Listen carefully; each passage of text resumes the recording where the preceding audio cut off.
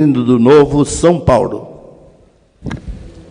Presidente, muito obrigado. Senhores parlamentares, deputados, mas eu gostaria também de saudar Vossa Excelência, o pagador de impostos, porque estando desempregado ou não, em um ambiente tão difícil que nós temos no Brasil, mesmo os que estão desempregados também pagam impostos.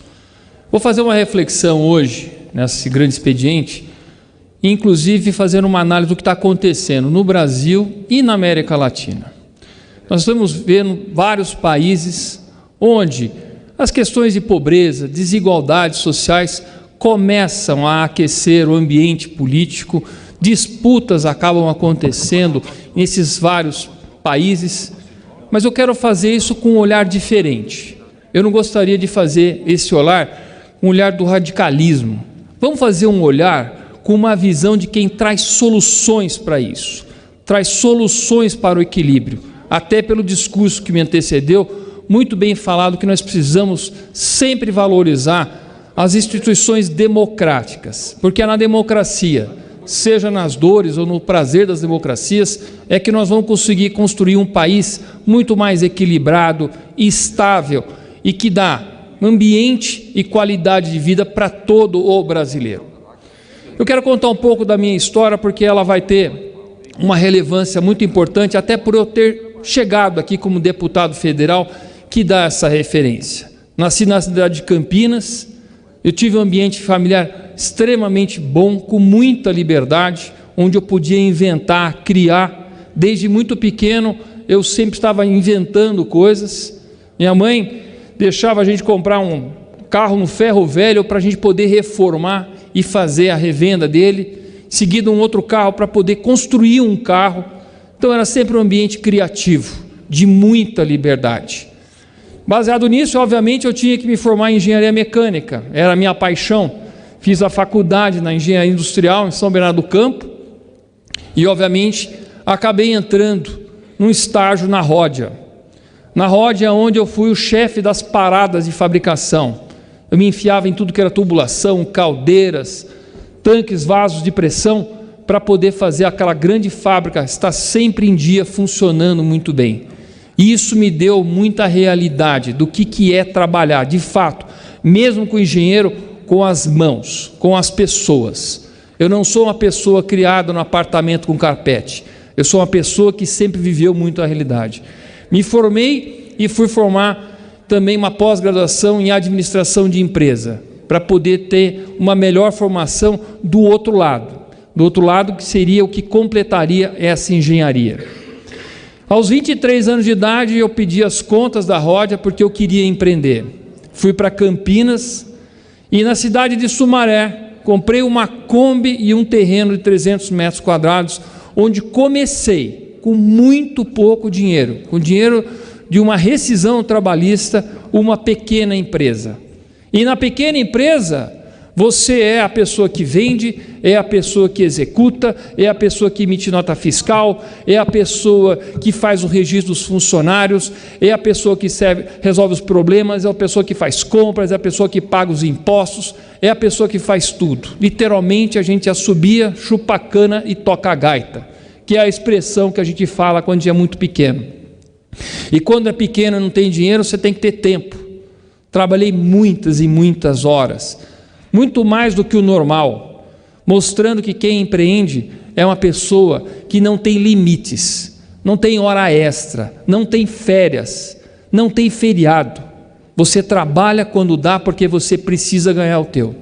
E aí eu tive naturalmente a experiência de fazer o registro mesmo dos meus funcionários. Fui eu mesmo que fiz os primeiros registros.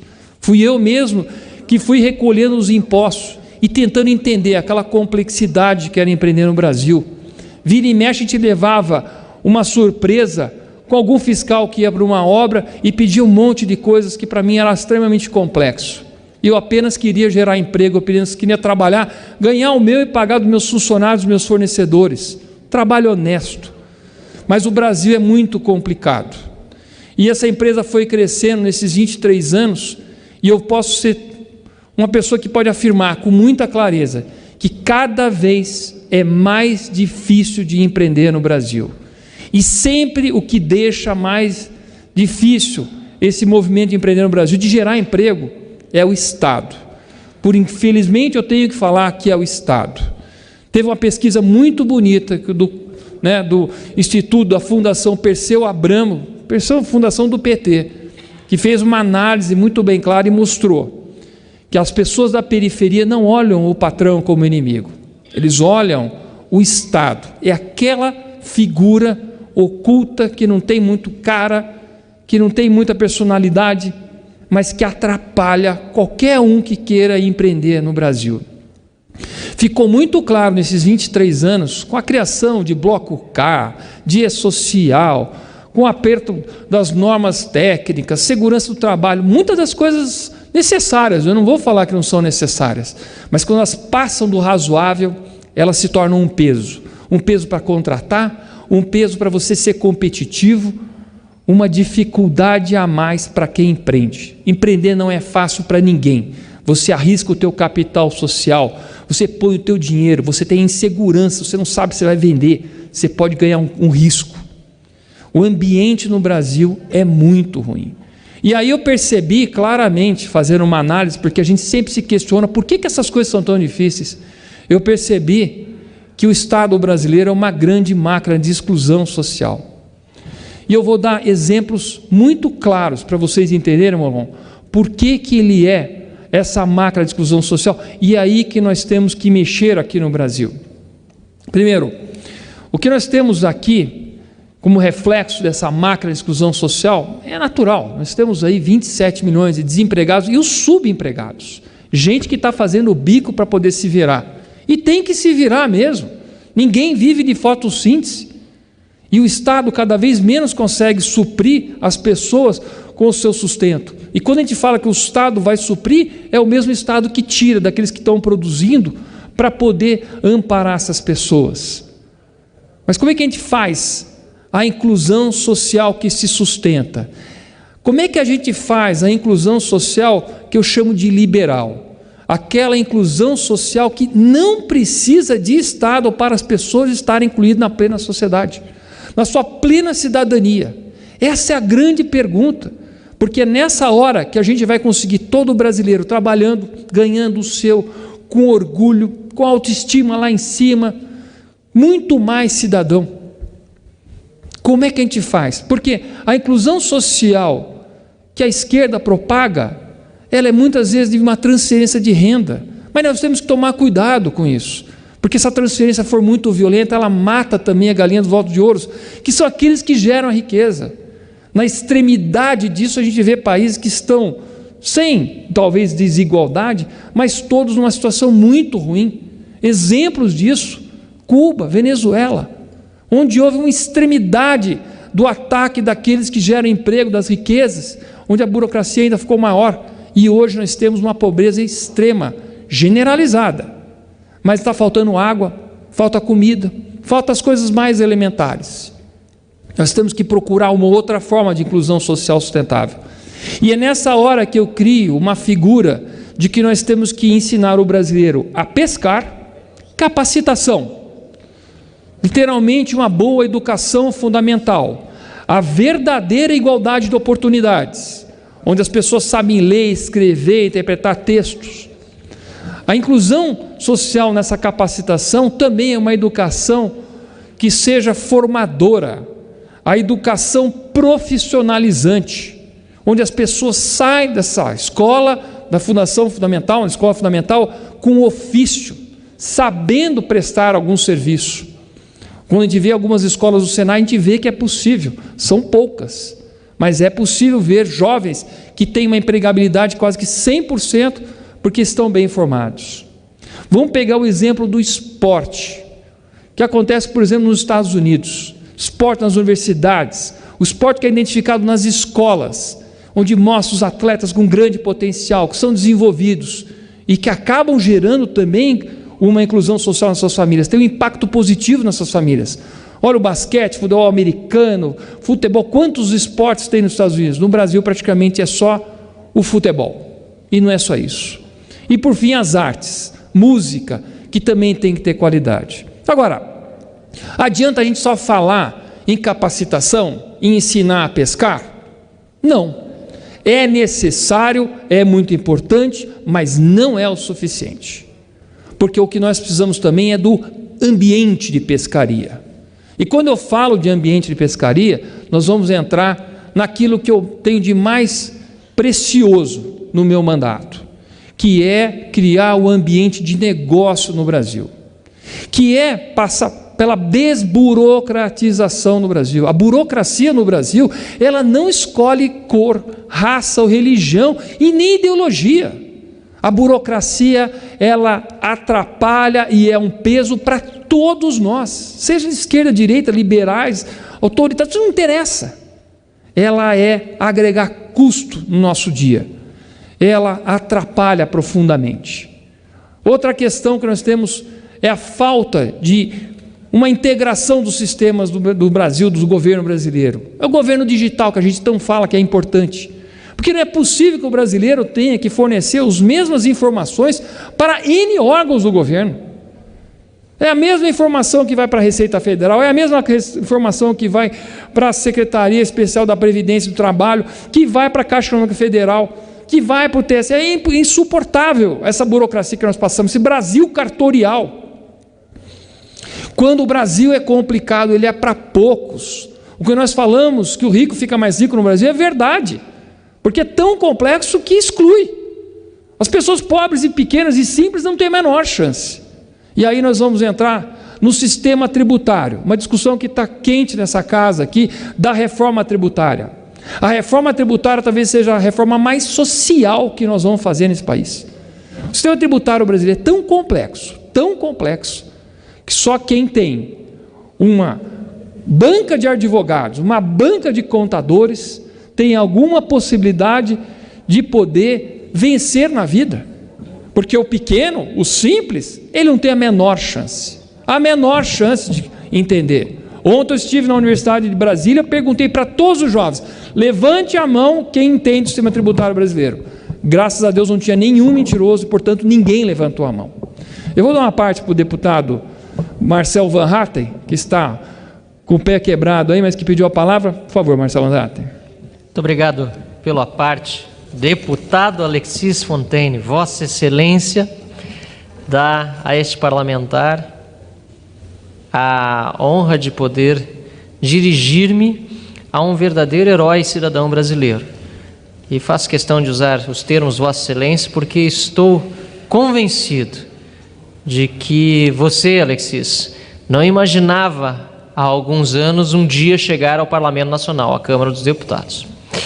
Alexis Fontaine também é fruto dessa indignação que moveu os brasileiros, heróis como ele, que produzem riqueza, empregam pessoas, mas principalmente praticam a solidariedade no dia a dia por meio da oferta de produtos e serviços com a melhor qualidade ao menor custo. É exemplo desses cidadãos que num determinado momento acordaram e disseram: espera aí, ou eu me envolvo com política, ou não vai mais adiantar nada o que eu estou fazendo pela sociedade aqui. Porque o que os políticos estão fazendo é acabar justamente com a produção de riqueza, é burocratizando tudo, é criando mais taxas e mais impostos que inviabilizam a atividade privada. E se eu não me envolver com política, a galinha dos ovos de ouro vai ser, infelizmente, morta. E não haverá mais nenhuma riqueza para distribuir, que é o grande discurso que os demagogos gostam de falar, de distribuição de renda, esquecendo que a produção de riqueza, em primeiro lugar, precisa ser garantida, senão não há distribuição de renda.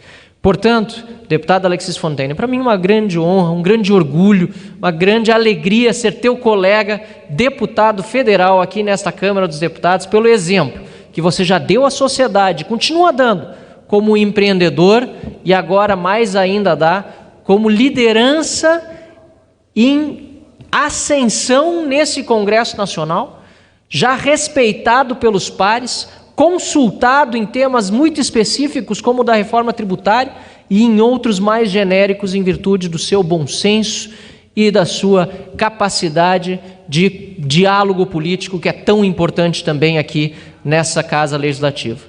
Parabéns, deputado Alexis Fontaine. Mais uma vez, grande orgulho e alegria ser teu colega. Obrigado, deputado Marcel. É um orgulho receber essa intervenção, essa parte, palavras tão bonitas e tão generosas em relação ao meu mandato. Mas retomando essa questão da reforma tributária, que eu tanto insisto, de que nós temos que fazer ela para entregar para o brasileiro o ambiente fácil para poder empreender, para qualquer brasileiro, qualquer um que vai montar um pequeno negócio, não ser o sistema tributário aquilo que vai dificultar a vida dele. Ele tem concorrentes, ele tem que desenvolver o produto dele, desenvolver a qualidade, os negócios, abrir mercado. Portanto, ele já tem dificuldades suficientes, que não seja o Estado para atrapalhar ele. O que nós estamos olhando nessa reforma tributária são 3 pontos extremamente importantes. A primeira é a carga tributária brasileira. Muito se fala que a carga tributária brasileira é pesada, grande, mas a realidade é o que sentimento maior que nós temos é que nós não temos retorno nenhum dos tributos que nós pagamos. E é por isso que nós achamos que pagamos muito. Se nós tivéssemos o retorno dos nossos tributos como serviço de qualidade, eventualmente a gente nem estaria reclamando sobre a carga tributária. Mas temos que lembrar que essa reforma tributária não pode começar com o discurso de que vamos diminuir a carga tributária, mesmo porque o que diminui de fato a carga tributária é a reforma administrativa, é o tamanho do Estado, é o paquiderme Estado brasileiro que demanda tanto dos recursos nossos. Portanto, a carga tributária brasileira nada mais é do que a gordura, o peso do Estado brasileiro e mais um déficit que nós estamos tendo nos últimos anos. O que nós temos que fazer de fato, e o ministro Paulo Guedes sabiamente está fazendo isso, apresentando semana que vem nessa casa e no Senado, é uma reforma administrativa para poder começar a diminuir o tamanho do Estado e transformar o Estado num Estado muito mais eficiente para o brasileiro, de modo que ele seja desburocratizado, que seja simples, acessível, que a gente sinta que tem um Estado a nosso favor e não um Estado contra nós. E dessa forma, essa reforma administrativa deve diminuir o Estado no tempo, óbvio que não vai ser um corte, vai ser no tempo, na renovação do Estado, o Estado vai ficar menor, mais leve, mais eficiente e, portanto, nesse momento nós podemos falar em diminuir a carga tributária. Mas nós temos o segundo ponto, que é o ponto mais importante, que é o mais nevrálgico, que é aquele que te atinge mais diariamente o empresário brasileiro, que é a complexidade do sistema tributário brasileiro, que ele é complexo e é difícil até para as grandes empresas. Para o pequeno é uma sentença de morte, ele não tem a menor chance. Para o grande é a perda da competitividade, é a agregação de custo no seu balanço, corroendo o lucro. Veja que, se eventualmente mais lucro tivesse as empresas, elas poderiam, inclusive, se contratar mais e investir mais no Brasil. Mas os lucros são minguados, porque a insegurança jurídica é enorme. Quando você olha o balanço das empresas, há débitos tributários que não acabam mais. As empresas são sonegadoras? Não. Muito delas simplesmente por uma interpretação da Receita Federal ou das Secretarias da Fazenda, diferente da interpretação feita pelo Departamento Tributário da empresa, gera uma multa de milhares, centenas de milhões de reais, que não dá nem para levar a sério, porque se for executada, mata as empresas no Brasil. Como é que pode ter essa insegurança jurídica? O Estado, por isso mesmo, cria artifícios como a substituição tributária, um câncer nos estados. O diferencial de alíquota entre 2 estados, onde os empresários têm que pagar à vista, para ir junto com a nota fiscal do caminhão, a guia de recolhimento, a GNRE.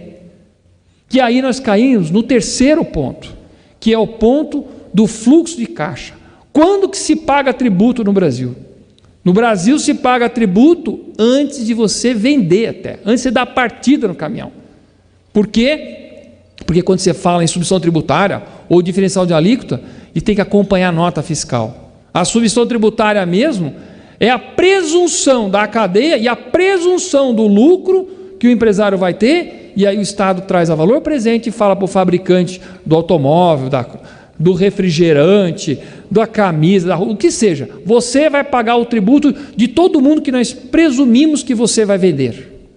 Como que pode ficar presumindo tanto assim? Os regimes no tributário no Brasil são de presunção, como só sucesso fosse acontecer no Brasil. E isso não é uma verdade. Mas eu tenho que agradecer o nosso presidente Rodrigo Maia, que tem dado declarações contundentes, e recentemente, inclusive no dia de hoje, ele fez mais uma declaração. É a reforma tributária que vai, de fato, entregar um ambiente melhor para fazer negócio e vai começar a criar um ambiente para a geração de empregos. Isso tem toda a relevância do mundo. E reafirmo, é a reforma tributária, entregando um tributo mais simples, é a reforma mais social de todas. Tanto é social que na Comissão de Constituição e Justiça, CCJ, a PEC 45 passou com a aprovação de todos os partidos. Fico feliz que a gente não vai ter uma discussão ideológica em cima de algo tão importante para a sociedade brasileira. Nós precisamos de um ambiente de negócios seguros, mas nós temos que lembrar uma coisa, que nós temos uma transição. Não se faz a troca do sistema tributário de um dia por outro, simplesmente virando a chave. Muitos investimentos foram feitos no Brasil, baseados em incentivos fiscais, baseados em leis que com a reforma tributária vão cair. O que nós temos que lembrar que essa reforma tem que focar em 4 pontos extremamente importantes. Simplicidade, para deixar todo mundo poder empreender no Brasil. O segundo ponto, a neutralidade. O que é a neutralidade?